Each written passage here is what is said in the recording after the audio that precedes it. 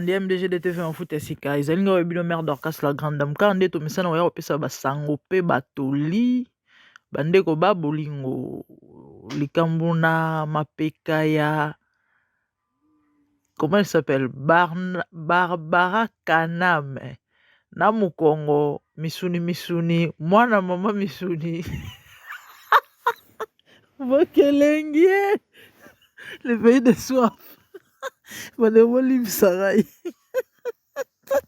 non natangi bacommentaire na bavideo mosusu nde ezosekisa ngai na makambo bakomi bandeko na ngai, c'est terriblement terrible les amis na oza molai te boyebi chaîne oyo on est plus basé pour un conseil par rapport à tout ce qui se passe à la toile toyebi réalité à réseaux sociaux et nous là to simplifier évangélisation na biso en parlant de tout mais en présentant Jésus comme le centre de tout. Donc tozoteya tozopesa conseil toli kati na bonzambe ndenge tobengaka yango bandeko babolingo et video ya Barbara Kanam na lembingazor Claude Machala ekei viral na réseaux sociaux na YouTube na Facebook partout et pour na bato peut-être bayebi te ndeko na biso la diva toyebi excusez-moi Barbara Barnaba donc ils ont embrouillé mouké Barbara Kanam Azali tout le monde connaît Barbara Kanam n'est-ce pas Azali moko ya ba artiste ya mboka Congo o asala fierté mboka et babenga ye la diva et ayembaka mwasi kitoko akenda ko rendre visite et pas ya papa na biso o abungisaki mwasi toyebi to perdaki artiste na biso mamu national pe à son âme et Claude Machal en fait c'est son mari mobali ya mama Chalamwana la diva ine ko rendre visite car ndenge bible lobito lela na bayeba ko lela mais bizarrement ndeko mwasi akei kuna na système gara ya ba mes condoléances courage système ya moi bisou moi koyamba na bandeko babolingo tango ke ayamba papa Claude Machala bandeko Machala kangai na nzoto nzambe Machala kangai na nzoto bandeko aliko tika te viva en image pendant que tozoko balancer les bino ba image bomo na ndenge vie Machala akangi la diva azoko zwa chaleur boyebi Barnaba mwasi kitoko nzoto misuni mwana mama misuni bandeko papa Claude na kufeli pe mwasi atikali sel pour le moment akangi bandeko aliko tika mwana mwasi abatute et la dame vous pouvez bien le constater eza pilipili te mais bomoni comment est-ce que alongwe kolongwa na maboko ya tata wana ayambi ye akangi ye makasi afini ye après akangi na maboko aza kosekue na maboko tozo comprendre te qu'est-ce que cela veut dire ako ningisa na maboko jusqu'au point où la dame s'est sentie très gênée et alongwe na maboko na ye ya kolongwa bomoni yango donc pona ya ko tikala ne wana ta pendant 5 minutes mais aoti ko kufela mwasi OK wana ezaki exposé à likambuto eli les amis na ozamula ite premièrement na banana ko condamner nde ona ngai Barbara Kanam akei esika ya matanga quelle tenue déjà amutu ya nzoto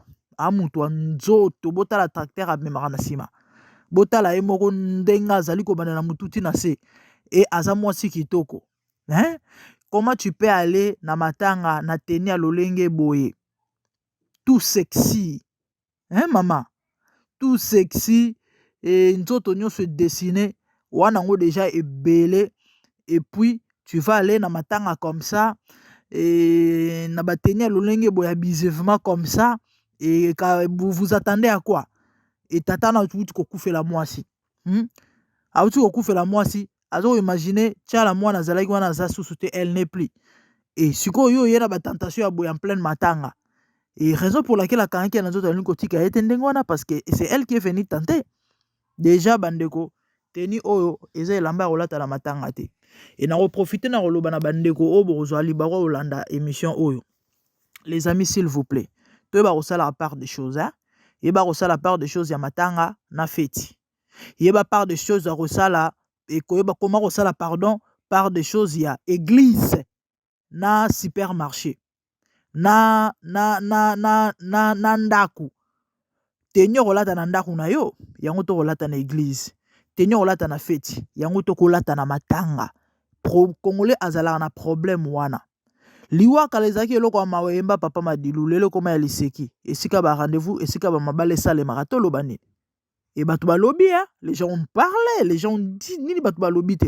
Ba lobby que non azala likango na ye. Ba lobby non kutunde zawana abane déjà ko ciblé do babilo rasali za babilembo pona lobana que non barbara ndenge zawa. En tout cas ne sois pas pressé. Yo moko tu peux réaliser et comprendre déjà que non, je suis seul maintenant et moi je t'aime. En fait, batu ba lobby, bamsu ba lobby non et là tele ya Barbara et tele misaki vie. Yango bomoni tellement muta kokara sentiment te donc façon rola telana eza ba jemabe asali ba jemabe yango vie a telemaki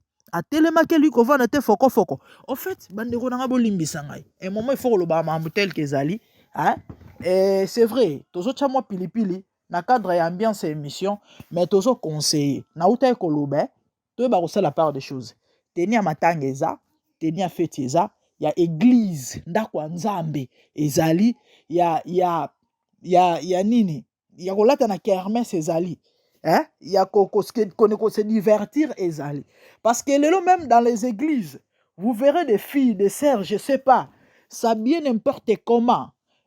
une protocole alati tout mubangula boyebi tout mubangula et puis lobby passer na maina makila na nzoto tozo ko encourager te tozo betela bango maboko te okoyoka yo non bakangaki bango na hotel mais mutu aza mutu ana maina makila na nzoto en dépit ya peut-être qu'on se discipliner tout et il faut faire très attention il faut faire vraiment très attention na bamara mususu oza provocation et la teliwana arola tabongo te et puis tokende tozonga papa Claude Machala lispeye pe en plein matin yo mtu wana souci okufeli mwasi vraiment ya solo wana la femme que tu aimais de tout ton cœur molimo ngoni nango elataki yo okende kokanga mwana bato na nzoto obani kofina et puis oboko tika osimbie jusqu'au point où ye moko se gêner pour alongo na maboko na yo neti de force mais attendez hein? En tout cas image oyo vidéo bilili oyo elobisi bato yango tolobaki ok comme concert opesa eza na kati tovanda pe niete malgré toseki tobakisi mwa bapilipili totie commentaire mais néanmoins c'est que au message to pe conseil nga na yo kopesa bino bandeko na ngai surtout ya basi eza ke toyeba kosala part des choses hein yeba kolata malamu surtout na babilisika tel que matanga église yeba kolata eza plage te eza pique-nique te eza kermesse te robe nini yango oyo kolatela bato na matanga eza vraiment kitoko te ebeti mabaku etala nde bazo kofinga Claude Machala bandeko Machala mwana déjà balingaki te ils ont déjà dit n'importe quoi et image oyo elobisi lisusu kazaki na souci atikala kolinga ndeko na bango te asepelaki déjà bango balobaki ye mutu abomi ye balobi ke no azo profiter po abanda kolingalinga basi en pleine matanga kaka bisiko mwasi yango akufi nani kutu bakundi ete par exemple des fois il faut to évitaka baproblème hein to évitaka baproblème eza malamu te bandeko basi boyeba kolata malamu et puis bandeko mibali bozalaka mpe na maîtrise wana mpona chite mpona basi conseil nga na ye kopesa na émission oyo eza ke boyeba kolata malamu et surtout boyeba kosala part des choses yebe elamba nyonso olata na matanga elamba nyonso olata na église elamba nyonso olata na ndako to mpe na feti e bandeko mibali bozalaka mpe na maîtrise toboyi te ata balobi le pays de soif yango do bino yango soif yango ya bino ezokipe su te ekipaka te na place ya matanga en plus yo moto okufeli okofina misuni ya mwana bato boye mwana mama misuni en pleine matanga comme ça oza kofina oza kokanga na nzoto chaleur oyoka moto ya mabela barabara olongwa te ya malamu te